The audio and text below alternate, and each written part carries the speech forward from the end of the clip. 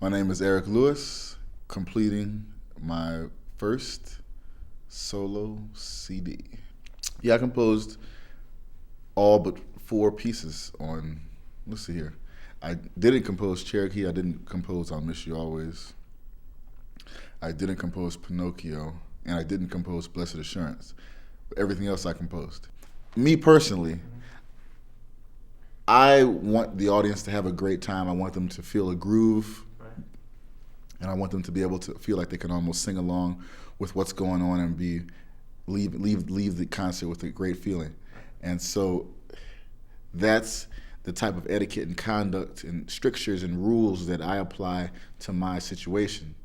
You see what I'm saying? Mm-hmm. So there's that, and then there's just the mechanics of what's actually getting shared. Do you understand what I'm saying? So something like that. Let me ask you a question. So you when you're doing the recording, sometimes you guys will do a song. I don't know, like you're doing some of your solos, but like 7 to 8 times. How do you know when you have it right? What is it that you're looking for? When I listen back on the playback, I listen as an audience member. I listen and say, okay, can I tap my finger to this? Can I tap my foot to this? You know, it's as simple as that. I'm easy to please. If I can do this to it and say, oh yeah, okay. So whenever I find myself getting stretched out and having a hard time listening to it in terms of where's the beat, then I say, okay, it's a bad tape. Regardless of whatever other stuff might have happened, it's like, you know, I'm not thinking about the college students or the people who make a living or who are very interested in saying, oh, well, he played a flat, the people who like to describe math in terms of math other than the rhythmic math. You know, I'm interested in satisfying those who are interested in the rhythmic math. You know, the groove, the part that makes the person want to dance. Basically, the choreographical part. I want people to be able to dance to it. It should be able to, you know, I think that everything should be choreographable. You said, yeah, this song is a person. I just want to make sure it's not a crazy person. You were listening to the takes. I was just like, what do you mean by stuff like that? Oh, yeah. I was saying that it's okay for it to be crazy, but it needs to be pretty and crazy. Crazy and ugly is bad for me. I need to be pretty and crazy. You know, that's quite a loose term.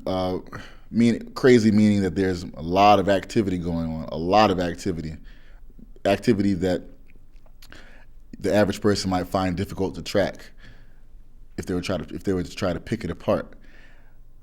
So with all that, usually, you know, the average listener will just tune out and just try to say, well, is it pretty? Is it something that's, you know, something I can do this to? Because I've failed at trying to follow all the notes and patterns and everything. Okay, well, I can't do that. I had to, you know, I'd have to study it. But anyway, can I groove to it? Is it pretty? Is it shimmery? Is it like a star? Is it like a rainbow? Or like water, crystalline, diamond, and, you know, that kind of thing. So that's what I mean when I say it's okay for it to be crazy, but it needs to be pretty and crazy, as opposed to ugly and crazy. When you think about like a song, especially like when you've written, like how do you visualize a song in your head? I get a feeling. You know, my insides become pregnant and they birth art. Okay. Do you use like visual images for some songs, or do you think about colors, or is it just like some sort of sense memory, you know, some sort of emotional? It's neurological, okay. I would say. I get impressed. I draw information. I receive information from the neurological sensors, yeah. Whether it be optic or oral, yeah. Or taste, whatever that is, right. Nasal, tastal, and whatnot, and even or mystical, something from the something on a realm beyond the flesh, you know, and from there, I see how it impresses me. You know, what kind of language does it take on? What form does it take on? It's like when we hear a sound, and it's like, you know, our processor decides, okay, What is this? Is it friend, foe? Is it vegetable, mineral? Is it language? Is it male? Is it female? Is it human? Or, it gets into all that. And so the same thing happens with whatever stimulus that's going on. And that becomes the beginnings of this here, my response to that. Right. So basically my compositions are a response to a particular type of stimulus or call. Something has happened, and this is an echo of it. So it's an echo of something that has happened within me. What kind of language can you use if you're getting it neurological, if it's being impressed on you, Mm-hmm. and you've written these notes, you've written this composition, Mm-hmm. and maybe they're not quite there, how can you communicate to them? Well, a lot of times that situation you just described there can be the fun of improvising, because we go on that journey of communication together. And they say, "Do you mean this?" And I say, "Well, yeah, a little bit, but kind of like this." And they're like, "Oh yeah, well, do you mean like this?" And well, I didn't think about it like that. Maybe I mean like that, And so, right, that scenario you just described is the improvisation. That's it right there. We don't want to dispense with that. That's the thing we're moving towards. Because even if I give them an exact description, we're talking about two different lives, and they're going to bring a question. They're going to bring questions to it and enhancements to it that I never could, because they're a whole different person, and I welcome that. And that's where the joy of mutual discovery comes in. I grew up playing piano. I come from a musical family of about 4 generations, mostly piano players, classical piano players. I'm the first jazz player. I grew up in a house where they had 5 pianos. My house was the neighborhood music school. My great-grandmother and my mother taught kids from around the neighborhood. We used to have a recital in May, and we had a bunch of folding chairs. I'd have to go in the basement, grab those things, and set them up and all that. So I grew up waking up to hearing Chopin polonaises by my great-grandmother's top exponent at that time, top student, and all that stuff. So when I was around 2, 3, I started banging on these things, and I still remember the feeling of dismay, grimace even, when my mother scooped me up and said, "Okay, wait a minute, that's not a toy. Here's how you do that." And then somehow that parlayed into, "Did you practice today?" And I'm like, "I didn't know that I was, what do you mean, huh? Go on, practice, boy." And I'm like, "Oh no." I swallowed or something. I'm in this. And so that went on for a while. The only reward was when I go to elementary school or something like that, when I would go there, if there was a piano in the classroom, I could play. "Oh, he plays piano, look." So that was neat. It was a lot of rigor though, and some of the earlier years, especially the early beginner years, when I started learning pitching and stuff like that. Some of those there's some difficult exercises that I started to have to learn as I started moving on, and I'm glad those days are over. Those particular days, because those are rough. And it was just classical music, so there was no improvisation. There was no make up my own song. I thought that was illegal. So it was just like, okay, when I'm not playing this, I want to listen to some, Power 99. Time to go practice piano. Slow down, Rick. My mother would call me from upstairs. "I hear you ain't half practicing. Slow down. All that stuff. I live with piano teachers. I live with music teachers. So it was just, and I had to go to school. And, I could have been a better student, but I wasn't. I was a C student.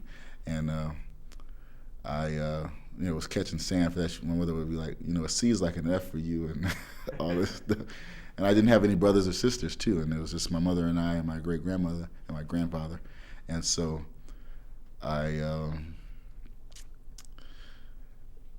there was nowhere to hide too much with this here, I mean, from all accounts, I'll be honest, I don't know much about jazz, but I can tell that, you're clearly a master of the instrument, and by all accounts, everyone talks about what a strong player you are. When did it become clear that you were, more than just a kid growing up playing piano, like you really had some significant talent? When did that happen? Well, it's just kind of by default, really. because there's piano players that are I'm 30. There's piano players that are my age that have been playing since they're about 2 or 3, and are fairly accomplished. They're pretty strong players. I would say what. So I'm just saying that there's just at a musculature level, at a speed level, that kind of stuff. There are people like that, in jazz and classical music, that are at a certain degree because they've just been doing it 28 years. So there are those that are that. Now, the other side of the coin, though, in terms of the behavioral side, in terms of the decisions, in terms of accuracy, stuff like that, that's where it starts to get a little political, because especially in improvised music, since it is such a pure depiction, a pure portrayal of one's decision-making skills, like chess, and so whatever's important to me becomes very obvious. So for me, groove is important. The blues are important. Pleasing people in a way that I feel is a good way to please them is important. And so that's what comes out. There's a lot of players who have a different set of a priori. They may find that it's more important to try to impress a certain group of people or critics or whatever enclave that has a different set of values, or they might have a different attitude about pop music or music with a backbeat music. They might have an issue with dancing or any type of grooving. They might have, and those type of issues may take root into a big political picture for them. And so that's where a big split occurs, because now that affects what they're going to practice on in terms of their refinements. You see what I'm saying? Like, for me, it takes a lot of study and technique, mechanics, skills and science to see what makes people want to move and dance, and what makes me want to move and dance, and what those feelings are. But if that is of little importance to another individual, well, then they're going to take their science and their efforts in another direction and focus there. Now, naturally, of course, there is the proof that comes out in the pudding, which is who's right. Now, I think I'm right, basically, because of the impact that being able to deal with that kind of stuff has. Let me say this right. There's a lot of impact that comes with being able to cause a human individual to want to move and dance, and it is a study that is mutually exclusive. It is its thing. It is its own thing. It has to be studied, and a person has to do their own research, because we're all hooked up in our individual way. So the longer individuals stay away from that inner discovery, that self-knowledge, that's the longer they stay away from that, and they're over here. So this is all to say that when someone calls me strong or something like that,